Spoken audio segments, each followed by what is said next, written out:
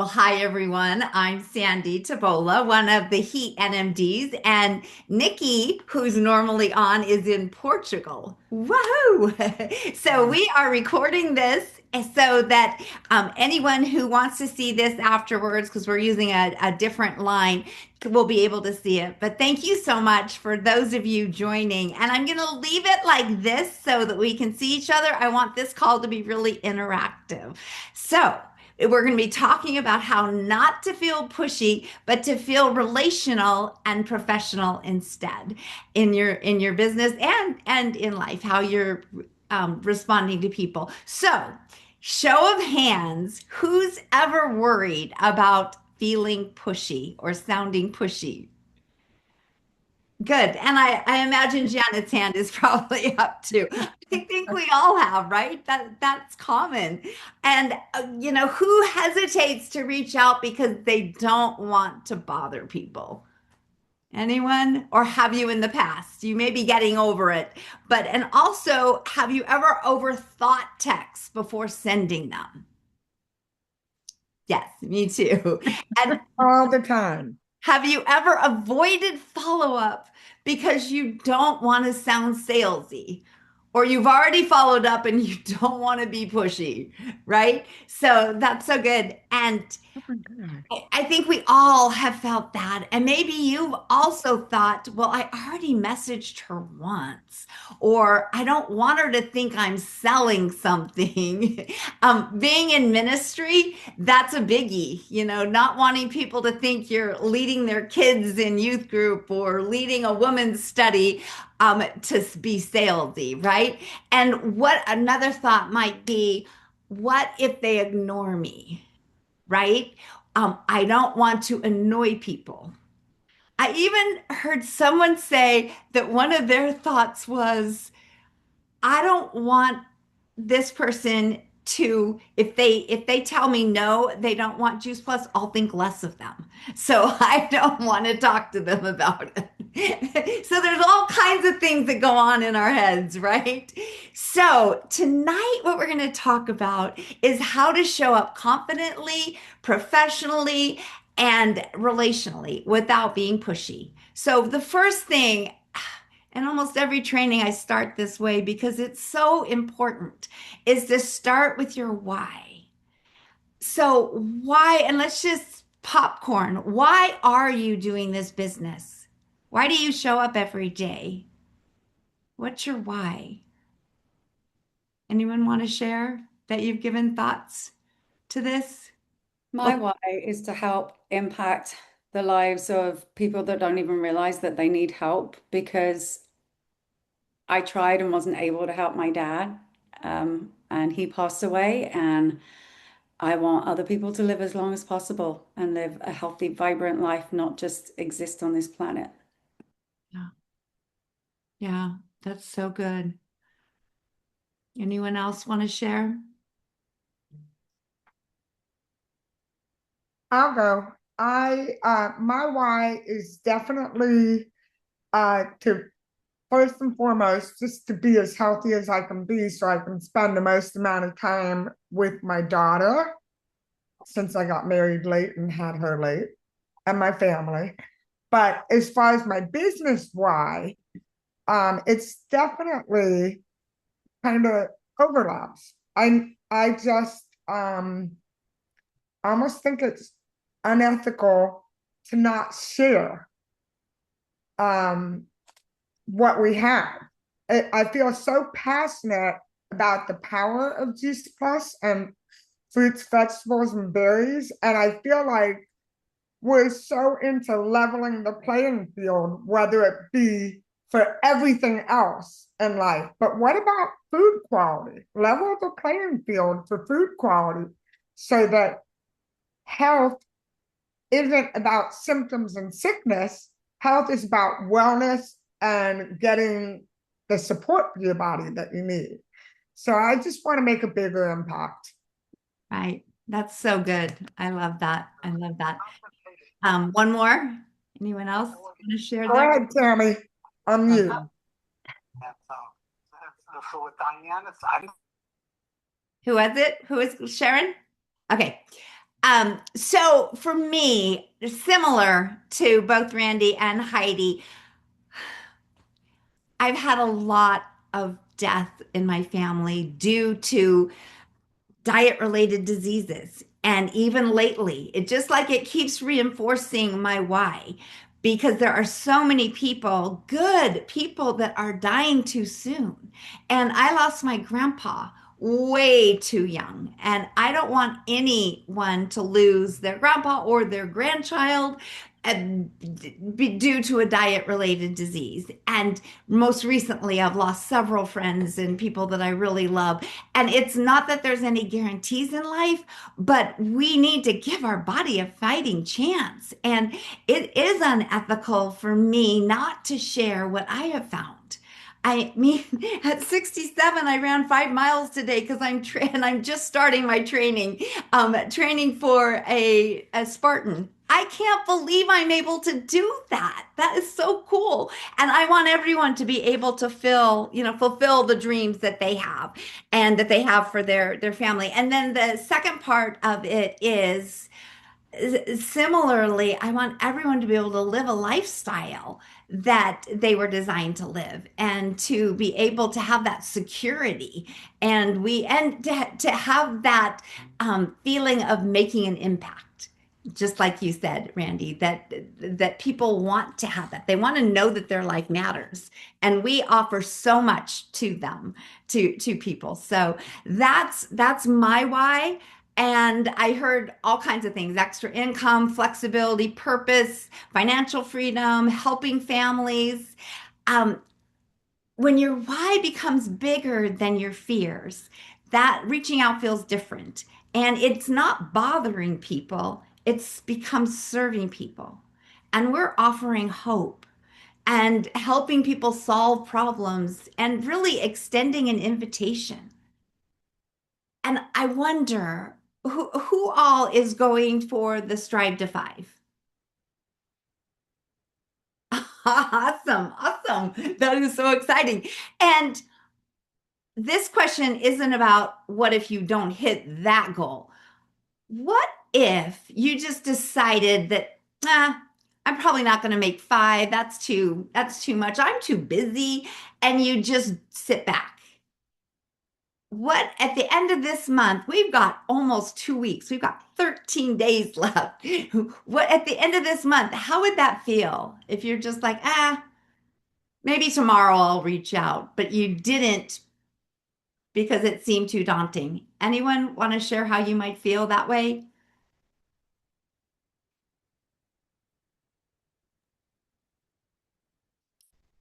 I couldn't feel that way after the call this afternoon. Were you on that call? No, I wasn't on this Oh, afternoon. the training call was incredible. Right, right. That's So the one I I have to couldn't feel catch. that way. That was the lesson. I mean, we hear a lot about the app, but the real big lesson from the training call was she made Strive for Five in the first 13 days in April, Yeah, and is struggling this month, but yet have been excited and everything about three people.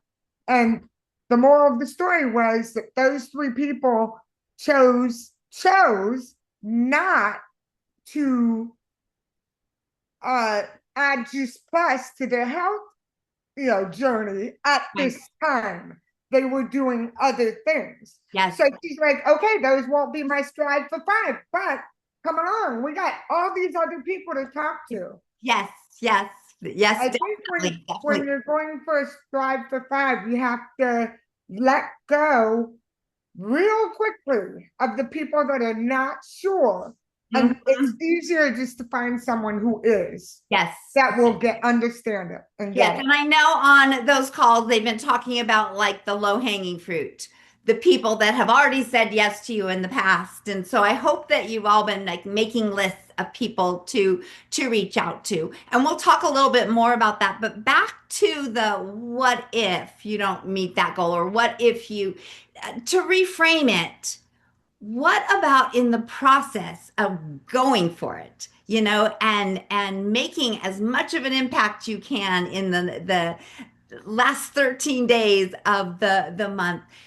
What if you become more confident because you're breaking through those barriers, right? And when people say no, or I'll share a story of what happened to me in a little bit, um, becoming more courageous because it's so awesome that we get to, when we have those obstacles, we have each other, we have a community, we have Chat GPT, that we can, find solutions. Like, what would be the best way to handle this? And I hope that you all feel comfortable going to your sponsor. Hey, what would be a good, resource to reach out to this person? Or this person said this.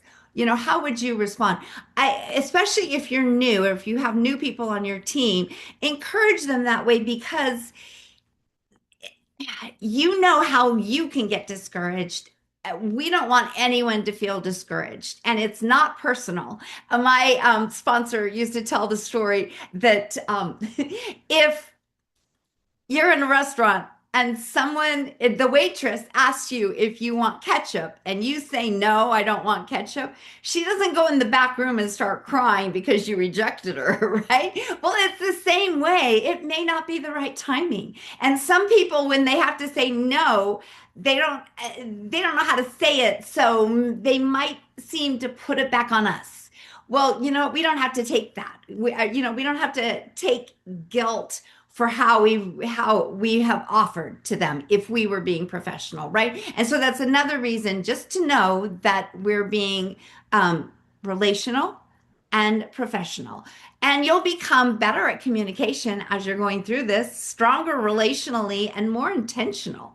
And those are wins too.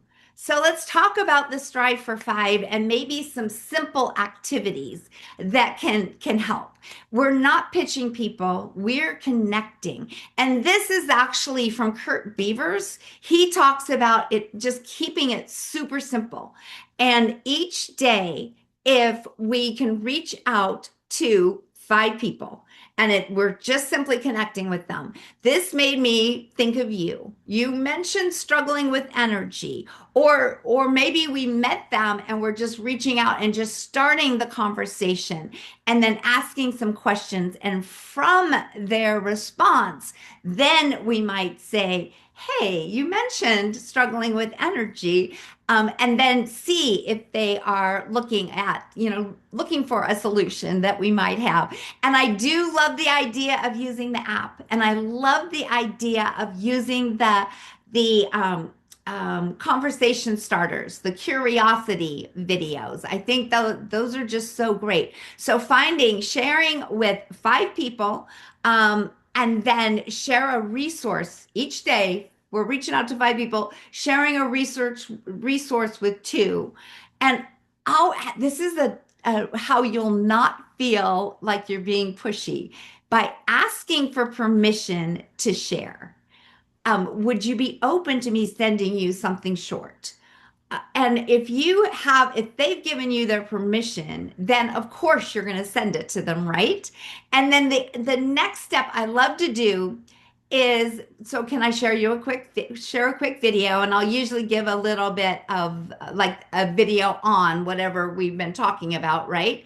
And sent you a resource. And then when they say yes, I love to see if I can schedule the follow-up.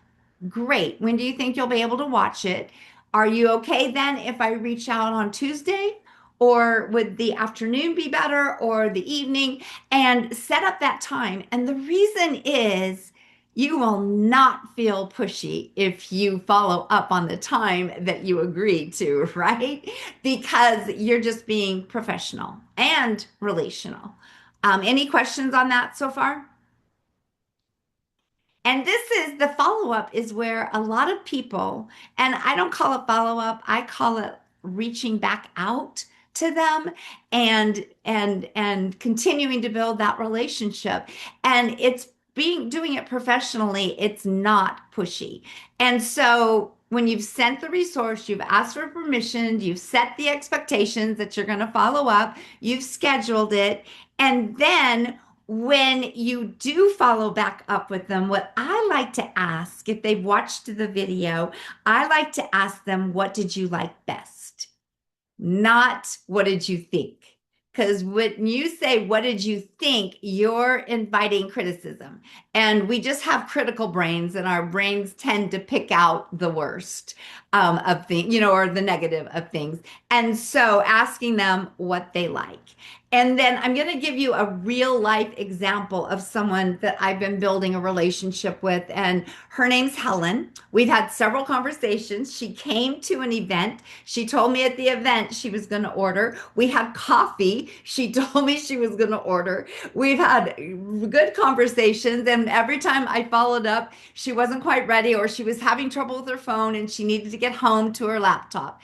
But time kept passing, and I'd sent her the cart and it just kept getting delayed. And so now, and this is where we might freeze because we don't want to be pushy, right? And it could be awkward. Her husband is in my mastermind group, so it could be awkward, right? I could disappear. I could over message in my anxiety, want to do a good job following up, so over follow up, or just avoid reaching back out to her together. But professionalism lives kind of in the middle, right? And so I will be really honest with you. I sent what I wanted to say to her to Chat GPT. And the reason I suggest doing this is because if you use Chat GPT for verbiage, or for to polish, posts and things that you're doing, it gets to know you and know your heart. And sometimes it's hard to think. And I just threw it in there. This is what I want to say. And he just said, that's great. Let's soften it a bit. And I love that. That's what I'm counting on, right? And so what my response then to her was, hey, Helen, just wanted to check in and see if you were having any trouble placing the order, or if you changed your mind. No worries at all, either way. I just wanted to know how best I can support you. Now that doesn't sound salesy, does it, or pushy? It's clarity. And that's what I wanted to do. And she responded that she had actually told me that she was finishing up with a product from another company. I didn't hear that before, right? And that she'd let me know when she was ready in the future. And of course, through text, and you have to remember this, we're not hearing the inflection in their voice. And so it can sound a little more curt than it was ever intended. So remember that when people text you. Just recently, someone, my accountability partner in my mastermind group, she and I were trying to resolve something, and I didn't think it was that big of a thing, so I always use voice to text, so I hear the softness in my voice and I'm talking to her. Well, she's not responding well at all, and she's too busy for a phone call, so we're doing this in text. All of a sudden I looked at my last message and read it from her point of view. That might have come across cold and not warm and loving, right? And so instead, I sent her a voice message. It made all the difference. And so just know when you're talking to prospects, you can't always hear their inflection. And so um, so I said, thank you so much for letting me know. And of course, it makes sense you'd want to use a product you already have. I just wanted to make sure I was supporting you well and making the process easy on your end. Whenever the timing feels right, I'd be happy to help or answer any questions along the way. And the key lesson here, and this is what I really wanted, was to keep the door open, to keep that relation going. And so instead of pressure, guilt, awkwardness, I wanted to create trust and connection and professionalism and maybe future opportunity. And I do have an event coming up that I will reach out and invite her to. And I just feel really good about it. So there you have it. That's my example. And I think we can all relate to that. And then So I'm gonna try and finish this up. And then, hi, Beth. I had asked Beth to share because she is doing the Strive for Five and having really good success with it. But the last thing I wanted to say was to track, don't attack. Tracking is going to help you know, okay, so I reached out to this person on this day. It's been, sometimes time goes quicker than we think. And if they don't respond, you're going to be thinking, what is my next step? And always ask that. And then not how do I close them, but how do I serve them? And Dr. Mitra Ray said this, and I think it's so true. This was years ago, but she said, you take a lesson from kids. When a little kid wants a cookie, he asks for the cookie, and if his mom says no, he thinks of a different way to ask or just a different tactic. And not that we want to manipulate people. I don't mean that. But she was saying we need to be a little more resilient.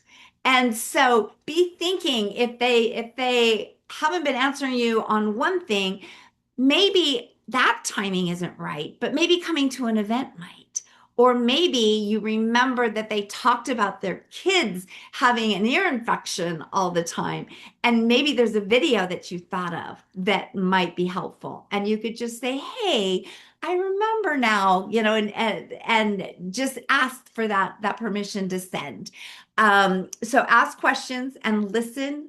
What are you struggling with most right now? How's your energy lately? What are your health goals? What stood out most to you if they have watched something? And just listen. And then if they don't respond, we've kind of already hit on that.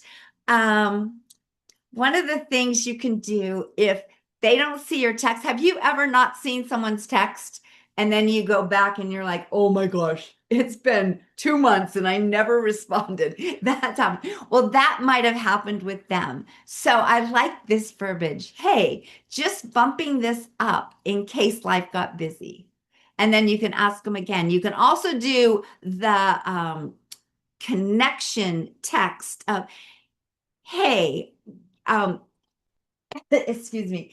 I'm sorry, I got really busy and haven't reached out lately. How are you? And that's just to get them connected with you. And if you've gone more than 4 days, that's an appropriate text to send.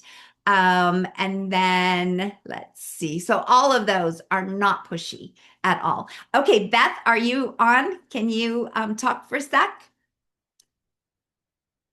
All right. Yes, but I don't remember you asking me to speak. Am I supposed to be speaking today? I'm Okay, happy to speak. yeah. I sent you a text, but Oh, it was just tonight, I so must have missed it. Oh, okay. no worries. I don't think you're ghosting me. Okay, good. But what I wanted you to share is that have you hit your stride for five, or you're just doing well on it? A Well, little. I did in April, at the end of April, I got 3 orders. So I Yeah. did well in April. And I just got one order and another order's out to be um, she's looking has the cart, so she's like, I just have been too busy to do it, so I know she'll order. But I do have people that I want to follow up with that I think some of this language that you've been talking about, and I'm really first, I'm sorry I joined a little late. I got lost on my time. It's been weird here in Dallas today. But so I did I would love if you were sharing, like, gonna send us your verbiage because I love a lot of that, or put it somewhere for us to see. But yeah, so all of those things have been. I actually ask for the sale a lot, and I think that is one of the things that's changed. Like when I do ask for the sale, I have a um, better engagement, better response, and people really um, just engaging more. Yeah, I totally agree. And Hmm. one of the things that we can do, and you can send the link in the app. I still like building a cart for someone.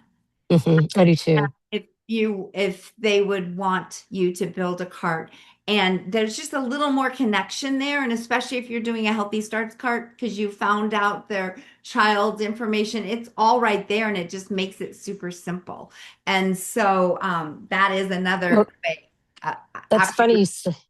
Yeah, sorry to interrupt you. I think there's it's funny that you say that, Sandy, because I have been, this is my new thing with people. I'm going to send you a cart. It's super easy. They've like taken so much of the complication out of it. It's like 2 steps. So all you have to do is put your name and address in there and your payment, and that's it. And I've made it super simple. yes, and it took somebody here. Had a salad in a jar on Sunday, and the woman ordered, and I said, "Let me just send you the cart now," and she did it, and she did it in probably 2 minutes. Yeah. So it's really easy now, y'all. Good. Thank you. Thank you So so much. thank you for letting me share. I did that at my sourdough this last Hmm. Saturday, and I had two people order, and I did make one mistake because I couldn't send her the cart because she didn't even bring her phone in, and but we did it on my phone, and I had built the cart. Anyway, somehow her order went through great, but she didn't get under me, which is no problem. The company is so good about that, so she got under me. But her, the other person that I sent it to, when you send the cart, yeah, it's easy, and they don't even have to set up an account. Now they can do that checking out as a guest, and then later they can set up the account. I think Heidi and then Randy. Up, you're muted. Apologies. You know what I love today about the training call that we had this morning was when Andrea was talking about following up specifically. It was so great because the way she follows up, she actually this is a lesson for us all. It was a lesson for me this morning to really watch the videos before we send them. And if we haven't watched it in a while, we watch it again, right? We get more education, we get to remember because it's going in another time, but pull something out that resonated with you, that really stood out to you, and use that in your messaging. So an example could be, hey, I'm just curious if you've had a chance to watch the video. I'm pretty sure you said you could watch it by now. I'm just making up extra words, right? Of how I might say it. There was this part on this message that really stood out to me, and I was just curious if that landed the same as in you as it did with me. Would love to hear your thoughts. So simple, but you're really connecting. So they have to really think about, and really then they feel almost a little guilty to go and watch the video, maybe, right? Because you're asking them to be specific with their answer. And I just really love that. And I thought it was super, super powerful. I didn't catch all the verbiage because I wasn't in a position to write it down at that time, but I'm really excited to get the recording and then maybe even transcribe. You can transcribe, right? We could even put our phone like Voxer to record the message in our, you have your own notes, right, on Voxer, and you can maybe even record that message and then transcribe it so you can copy and paste. Anyhow, I just thought the call this morning, if you haven't watched it, watch the recording. It was super valuable. Thanks so much, Heidi. Randy, what were you going to say? And then we'll close. I totally agree with Heidi. That's what I was talking about earlier. I forgot what your question was before when I was putting my hand up. What was your Oh, question? I don't know. I don't know what it is. Oh, okay. Well, I'll just say, and the other thing. Oh, I had a question. My question. I just wanted to make sure I'm clear about something, and I haven't missed something. I'm using the app a lot, but we can't send a cart from the app, can we? We have to go back to our. Okay, then I understand. Never mind. You don't have to. Okay, where we create the cart, we do the link, and we send it. So it's not necessarily, it's not trackable, but the thing is, we've established that the customer wants it, that the prospect wants it. Yes. And when we're to that point, I agree, it's showing customer service. And you Well, can send, I mean, there are different ways to do it, right? I still love sending a cart, but because it seems like there's a little more of a commitment already. You can send the Healthy Starts link from the app, and that'll be trackable. You can see that they opened it, but they have more work to do if they do it that way than if you have made the cart and sent it to them. So Yeah. They have shopping links in the app. they do. So And you that's said what the I'm shopping talking about. link. I'm talking about Healthy Starts. And the shopping link for Healthy Starts gets them to the front page of the Healthy Starts, and then they click on getting started.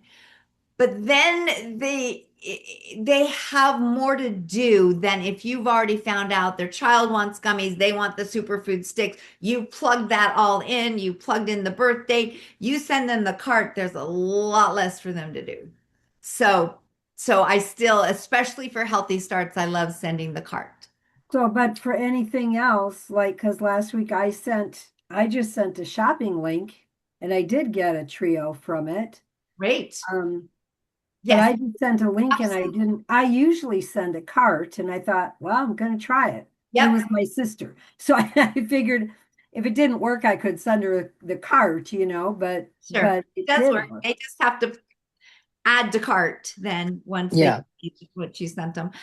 Okay, So, oh, just real quickly on that cart thing. If I've had a conversation with them and they said they want the superfoods, I'm sending them the cart. I don't want them to have to go in and go, oh, you can get it for 1 month. I don't want to give them that option. I'm just going to send them a cart where I have the 4 month supply in there.